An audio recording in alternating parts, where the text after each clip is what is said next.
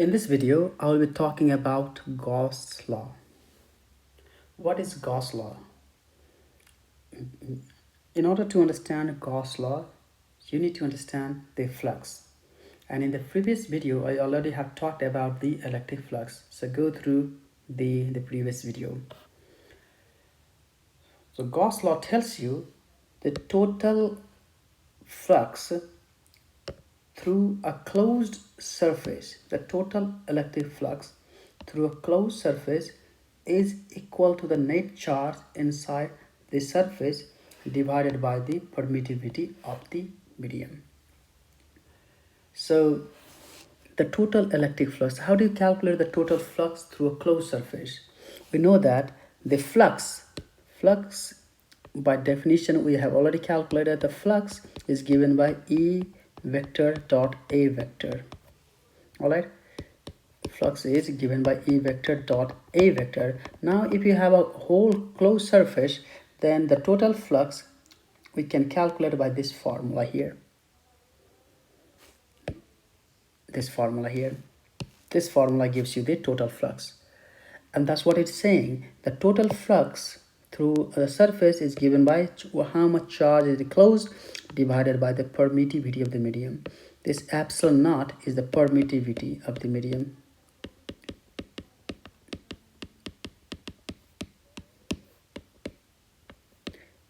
And for this class, as we'll only be talking about the free space, air or vacuum, which denoting by epsilon naught. But if you are putting the charge into some other medium, let's say for example nitrogen or water, then you have to use the permittivity of the water or the permittivity of the nitrogen or whatever the medium you have. Okay, but for most of our talk, this medium will be the air. And this integration here represents the surface integral over the closed surface. This one denotes the closed surface. Okay, and again, this is not a simple multiplication. This is a dot product here, and these two quantities are vector quantities. That's how you calculate the total flux, or this is what the Gauss law tells you. Now let me give some more intuition about the Gauss law. You have a charge here. Let's say you have a charge in this case, and this is enclosed in a sphere, and again you have a same amount of charge Q, and now this is enclosed in some sort of arbitrary shape. Now if we apply the Gauss law for both surface, what does the Gauss law tell you? The total electric flux through a closed surface is equal to the net charge inside the surface divided by the permittivity of the medium. As both surface encloses the same amount of charge plus Q, the total flux through this closed surface and through this closed surface is exactly the same, which is Q over epsilon naught. And for this one is also Q over epsilon naught, and epsilon naught is the permittivity of the medium. All right. Okay. Now let me explain this one. You have a charge here, and then you have a triangular surface, a closed surface again. The electric field is passing through one side and it is coming out from the other side. The electric flux is coming again from one side and coming out.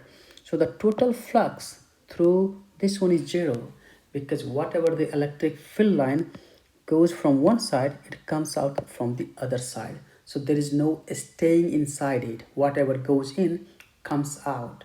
So the total flux is exactly equal to 0. And there is another way of calculating this one.